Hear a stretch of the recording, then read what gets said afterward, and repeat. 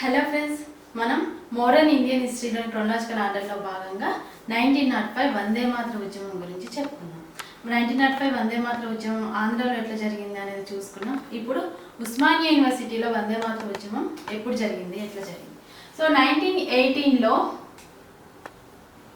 OU establishment కోసం నిజాం ఫర్మానా జారీ చేసిండు 1918లో. 1919 ఆగస్టు 28 1919 ఆగస్టు 28న ఓయూ స్టార్ట్ అయింది. 1919 ఆగస్ట్ 28. సో 1938లో ఉస్మానియా యూనివర్సిటీలో వందే మాతరం ఉద్యమం జరిగింది. 1938లో దసరా ఉత్సవాల సందర్భంగా ఉస్మానియా యూనివర్సిటీలోని బి హాస్టల్ విద్యార్థులు వందే మాతర గీతాన్ని ఆలపించారు. సో ఈ వందే మాతర గీతాన్ని ఆలపించొద్దు అని అప్పుడు చెప్పారు. సో వందే మాతర అప్పుడు ఆ టైంలో ఉన్నటువంటి ఓయూ వీసీ ఎవరు అంటే నవాబ్ మెహదియార్ జంగ్ బహదూర్. 1936 to 1943 వరకు ఓయూకి వీసీగా ఉన్నాడు. సో ఈ వీళ్ళు వందే మాతర గీతాన్ని ఆలపించొద్దు అని చెప్పారు. సో దసరా హాలిడేస్ వచ్చినాయి. దసరా హాలిడేస్కి విద్యార్థులు మొత్తం ఇంటికి వెళ్ళారు. మళ్ళీ వాళ్ళు రిటర్న్ వచ్చారు. రిటర్న్ వచ్చినప్పుడు 1938 నవంబర్ 29న ఏం చెప్పారు అంటే కొన్ని నిబంధనలు చెప్పారు. సో వందే మాతర గీతాన్ని ఆలపించొద్దు, పైజామా నీలిరంగు షేర్వాణిని ధరించాలి, అని నిబంధనలు పెట్టారు. సో ఈ నిబంధనలు ఉల్లంఘిస్తూ విద్యార్థులంతా కూడా ఉద్యమాన్ని చేపట్టారు. అదే వందే మాతర ఉద్యమం. ఈ ఉద్యమం చేపట్టిన వాళ్ళ ముఖ్యమైన స్టూడెంట్స్ ఎవరు అంటే పివి నరసింహారావు, ధర్మభిక్షం, హయగ్రీవాచారి, మర్రి చెన్నారెడ్డి, వందే మాతరం రామచంద్ర. పివి నరసింహారావు, టి హయగ్రీవాచారి, ధర్మభిక్షం, మర్రి చెన్నారెడ్డి, వందే మాతరం రామచంద్ర. సో స్టూడెంట్స్ చాలామంది ఈ ఉద్యమంలో పార్టిసిపేట్ చేశారు.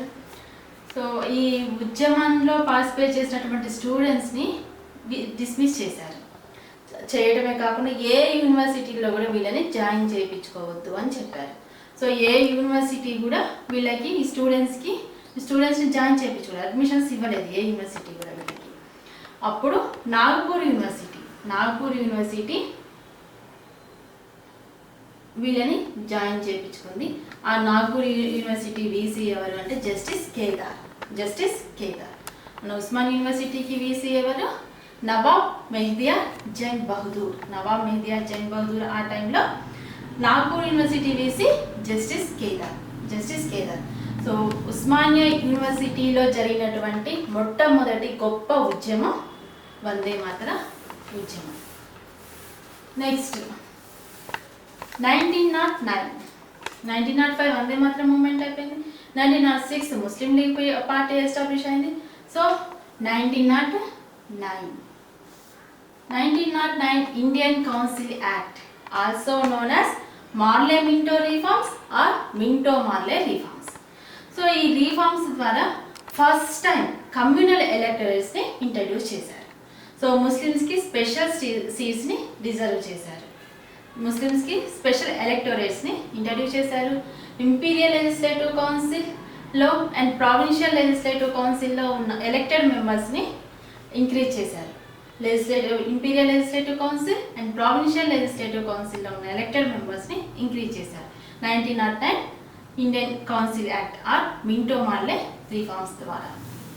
సో నెక్స్ట్ 1913లో గదర్ పార్టీని ఏర్పాటు చేశారు. ఈ గదర్ పార్టీలో ఏర్పాటు చేసినటువంటి ముఖ్యమైన నాయకులు Lala Hardayal, Sohan Singh Bakna and Bhagwan Das, Ramchandra, Mohammad Barkatullah. Lala Hardayal, Sohan Singh Bakna and Bhagwan Das, Ramchandra, Mohammad Barkatullah. So వీళ్ళు గదర్ పార్టీని ఎస్టాబ్లిష్ చేసినటువంటి ముఖ్యమైన నాయకులు. సో పతాక శీర్షిక అంగ్రేజీ రాజ్ కా దుష్మన్, బ్రిటిష్ పాలన యొక్క శత్రువు. సో ఇట్లా ఈ శీర్షిక ఉన్నటువంటి వారపత్రిక గదర్. సో ఆ గదర్ వారపత్రిక కేంద్రంగా చేసుకుని గదర్ పార్టీని స్థాపించారు ఎవరు? లాలా హర్దయాల్, సోహన్ సింగ్ బక్నా, మహమ్మద్ బర్కతుల్లా, భగవాన్ దాస్, రామచంద్ర ముఖ్యమైన లీడర్స్. సో సో వీళ్ళ స్టార్ట్ చేసిన వీళ్ళ పార్టీ సిద్ధాంతం ఏంటి అంటే మాకు సాహసోపేతమైన సైనికులు కావాలి, భారతీయ విప్లవం కోసం వాళ్ళకి ఇచ్చే జీతం మరణం, మూల్యం బలిదానం, పెన్షన్ స్వేచ్ఛ, యుద్ధ భూమి భారతదేశం. ఇది వాళ్ళ పార్టీ సిద్ధాంతం. సోహన్ సింగ్ బక్నా ఏం చెప్పిందంటే మేము సిక్కులం కాదు, మేము సిక్కులం కాదు, పంజాబీలం కాదు, మా మతం దేశభక్తి. సోహన్ సింగ్ బక్నా ఏం చెప్పిందంటే మేము సిక్కులం కాదు, పంజాబీలం కాదు, మా మతం దేశభక్తి.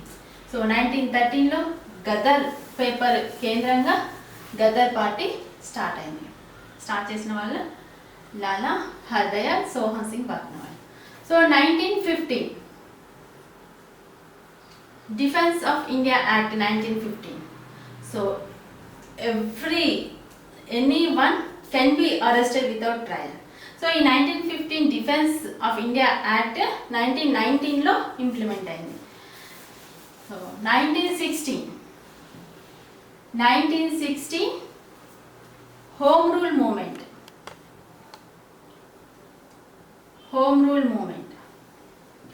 తిలక్, అనీ బెసెంట్ ఇంకా కొంతమంది జాతీయ నాయకులు ఏమనుకున్నారు అంటే సో బ్రిటిష్ ప్రభుత్వం మనకి ఫెసిలిటీస్ కల్పించాలి అంటే మనం వాళ్ళ మీద ప్రెషర్ తీసుకురావాలి. సో అది స్టార్ట్ చేశారు ఒక ఉద్యమం, నూతన ఉత్తేజం కావాలి, దీనికోసం వాళ్ళ మీద ప్రెషర్ తీసుకురావడానికి నూతన ఉత్తేజం కావాలి. సో 1915 ఏప్రిల్ 20న బాంబేలో ప్రెసిడెన్సీ మీటింగ్ జరిగింది. 1915 ఏప్రిల్ 20 బాంబేలో ప్రెసిడెన్సీ మీటింగ్ జరిగింది. దానికి తిలక్ అటెండ్ అయ్యి ఏం చెప్పిండు అంటే భారతదేశం ఇప్పుడున్న పరిస్థితుల్లో మనకి ఐరిష్ తరహా హోమ్ రూల్ లీగ్ కావాలి అని చెప్పిండు ఆయన. సో అనీ బెసెంట్ కూడా ఆమె ఐరిష్ లేడీ, ఆమె కూడా ఐరిష్ తరహా ఉన్నటువంటి హోమ్ రూల్ లీగ్ మనకి ఇప్పుడు కావాలి, ఇప్పుడున్న పరిస్థితుల్లో మనకు కావాలి అని చెప్పారు. సో తిలక్, అనీ బెసెంట్ ఇద్దరు స్టార్ట్ చేశారు హోమ్ రూల్ లీగ్ని. సో దీనికి ఇది స్టార్ట్ అవ్వడానికి అసలు మెయిన్ ఫ్యాక్టర్స్ ఏంటి అంటే 1909లో వచ్చినటువంటి మింటో మాలే రీఫార్మ్స్కి అసంతృప్తి చెంది ఉన్నారు మోడరేట్స్. అండ్ ఆ టైంలో అది ఫస్ట్ వరల్డ్ వార్ టైం కాబట్టి ఆ టైంలో ధరలు పెరిగినాయి, ట్యాక్సెస్ పెంచారు. సో దానితో ప్రజలు అసంతృప్తితో ఉన్నారు. ఇంకా కొంతమంది లీడర్స్ సో మనకు కావాల్సినటువంటి ఫెసిలిటీస్ కావాలంటే కంపల్సరీ మనకి ఒక నూతన ఉద్యమం కావాలి అన్న ఒపీనియన్తో ఉన్నారు వాళ్ళు.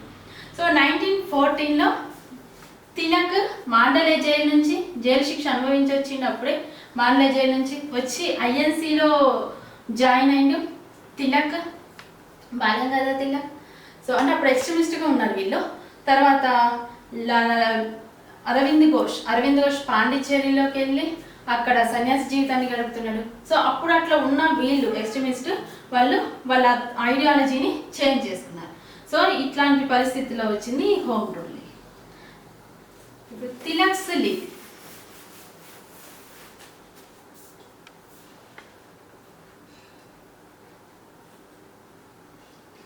తిలక్స్ లీగ్ 1916 ఏప్రిల్లో స్టార్ట్ చేసింది home rule. Indian home rule league 1916 ఏప్రిల్లో. So first home rule meeting held at Belgaum. So ఎక్కడ వీళ్ళ head quarters? Poona head quarters. So ఇతని తిలక్ లీగ్ ఎక్కడ స్ప్రెడ్ అయింది ఏ స్టేట్స్లో అంటే Maharashtra excluding Bombay, Maharashtra, Karnataka, central provinces, Bihar. Maharashtra, Karnataka, central provinces, Bihar. So ఇతని హోమ్ రూల్ లీగ్లో బ్రాంచెస్ ఎన్ని ఉన్నాయంటే it had 6 branches sir. It had 6 branches. Tilak home rule league 6 branches ఉన్నాయి. సో ఇతని చేసినటువంటి డిమాండ్స్ ఏంటి అంటే స్వరాజ్ కావాలన్నాడు, స్వరాజ్ అండ్ వర్నాక్యులర్ లాంగ్వేజెస్లో ఎడ్యుకేషన్ ఉండాలి అని చెప్పిండు. ఇది తిలక్ 1916 ఏప్రిల్లో స్టార్ట్ చేసిండు. So head quarter Poona and Maharashtra excluding Bombay, Karnataka, central provinces, Bihar. వీటిలలో ఇతని ఉన్న బ్రాంచెస్ ఉన్నాయి. సో టోటల్ 6 బ్రాంచెస్ ఉన్నాయి. ఇతని డిమాండ్ స్వరాజ్ వర్నాక్యులర్ లాంగ్వేజెస్లో వీళ్ళకి ఎడ్యుకేషన్ ఉండాలి అని చెప్పి. సో నెక్స్ట్ అన్ని బీసెంట్.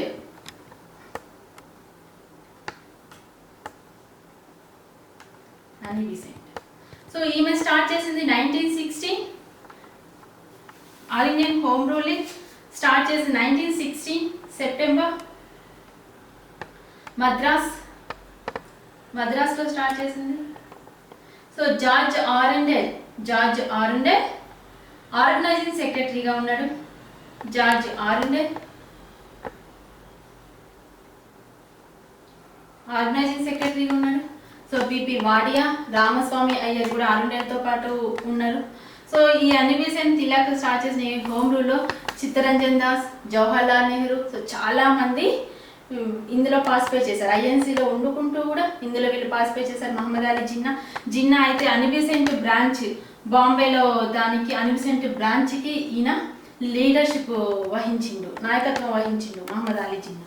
సో ప్రతి ఒక్కళ్ళు కూడా ఇందులో ఐఎన్సీలో వండుకుంటూ కూడా ప్రతి ఒక్క లీడర్ ఇందులో పార్టిసిపేట్ చేసిండు.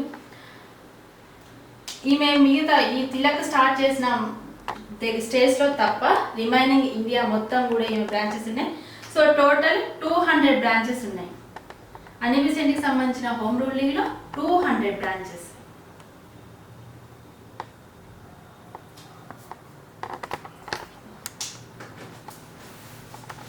దీన్ని అరికట్టడానికి బ్రిటిషర్స్ చేసినటువంటి యాక్షన్స్ ఏంటి అంటే మద్రాసులో ఉన్న స్టూడెంట్స్ అందరినీ అరెస్ట్ చేయడం, వాళ్ళని ఏమన్నా బెదిరించడం, అంటే కంపల్సరీ దగ్గరలో ఉన్నటువంటి పోలీస్ స్టేషన్లో మీరు వచ్చి కనపడాలి అని చెప్పడం. సో కఠినాత్మకమైన చర్యలు అయితే చాలానే తీసుకున్నారు. కాకపోతే మాంటెగ్ ఏం చెప్పిండంటే దీని గురించి Shiva cut his wife into 52 pieces only to discovered had 52 wives.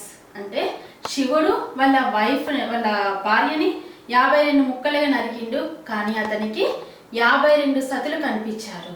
52 ముక్కలుగా నరికిండు కానీ 52 సతులు భార్యలు, 52 మంది భార్యలు కనిపించారు అని చెప్పింది. అంటే ఎంత దీన్ని అణచివేయడానికి ట్రై చేసినా కూడా ఈ హోమ్ రూల్ లీగ్ అనేది ఉద్యమం ఉధృతంగా ఉంది అని చెప్పారు. సో మాంటింగ్ చెప్పింది. ఇంత ఉధృతంగా ఉన్నటువంటి ఇది 1970లో అనిబిసెంట్, ఆరుండేల్ వీళ్ళని అరెస్ట్ చేశారు. కాకపోతే ప్రజలందరూ ఒత్తిడి తీసుకురావడంతో వాళ్ళని రిలీజ్ చేశారు. సో ఇంత జరిగిన లాస్ట్కి 1920లో ఐఎన్సీలో కలిసిపోయింది. 1920. సో 1920లో కలిసిపోయింది. ఎందుకు అంటే యాక్చువల్గా బాలగంగాధర్ తిలక్ 1918లో ఆయన అబ్రాడ్ అయిపోయిండు. సో తిలక్ లేకపోవడం కూడా ఇందులో మైనస్ అయిపోయింది. ఆయన వాలంటైన్ చిరోల్ ఇండియన్ అన్రెస్ట్ అనే బుక్ రాసిండు. అందులో తిలక్ని భారత అశాంతి పిత అని వర్ణించిండు తిలక్ గురించి. కాబట్టి ఈయన ఆయన మీద కేసు వేయడానికి అబ్రాడ్ వెళ్ళిండు తిలక్ వాలంటైన్ చిరోల్ మీద. సో వీళ్ళిద్దరూ కలిసి చేసినటువంటిది ఏంటి అంటే వీళ్ళిద్దరు అనుకున్నారు తిలక్, అనిబిసెంట్ హోమ్ రూల్ని స్టార్ట్ చేసినప్పుడు సో ఈ ఉద్యమం ఇంకా సక్సెస్ అవ్వాలంటే ఎక్స్ట్రీమిస్ట్, మోడరేట్స్ ఇద్దరు కలిసిపోవాలి, అప్పుడే మనది ఉద్యమం అనేది సక్సెస్ అవుతుంది అనుకొని ఇద్దరు యొక్క కృషితోటి 1916లో లక్నోలో ఐఎన్సీ సెషన్ని కండక్ట్ చేశారు. దీన్ని లక్నో ప్యాక్ట్ అంటారు. Lucknow pact INC session conduct చేశారు. సో దీనికి ఎవరు ప్రెసిడెంట్ అంటే ఏసీ మజుందార్, అంబికా చరణ్ మజుందార్ దీనికి ప్రెసిడెంట్. మనకు తెలుసు ఎక్స్ట్రీమిస్ట్, మోడరేట్స్ డివైడ్ అయిపోయింది ఎక్కడ, స్ప్లిట్ అయింది ఎక్కడ, 1907 సూరత్ సెషన్లో. సో 1907లో వాళ్ళు డివైడ్ అయిపోయారు సూరత్ సెషన్లో. అప్పుడున్న ప్రెసిడెంట్ ఎవరు? రాస్ బిహారీ ఘోష్ దానికి ప్రెసిడెంట్గా ఉన్నాడు 1907 సూరత్ సెషన్కి. సో ఇక్కడ విడిపోయిన వాళ్ళు 1916 లక్నో ప్యాక్ట్ ద్వారా కలిసిపోయారు. ఎవరి కృషితోటి? తిలక్, అనిబిసెంట్ కృషితోటి వాళ్ళు ఇక్కడ కలిసిపోయారు. సో ఎవరు ఇక్కడ ప్రెసిడెంట్? లక్నోలో ఐఎన్సీకి ప్రెసిడెంట్ ఎవరు అంటే అంబికా చరణ్ మజుందార్. సో ఇక్కడ జరిగినటువంటి ఇంకొక ఇన్సిడెంట్ ఏంటి అంటే ఐఎన్సీ అండ్ ముస్లిం లీగ్ కూడా ఇక్కడ కలిసిపోయారు. ఐఎన్సీ, ముస్లిం లీగ్ కూడా కలిసిపోయారు. సో సో ఇక్కడ కలిసిపోయింది ఎవరు అంటే ఈ లక్నో ప్యాక్ట్ ద్వారా extremist and moderates, INC and Muslim league. So 1916లో లక్నో ప్యాక్ట్ జరిగింది. తిలక్, అనిబిసెంట్ కృషి తోటి.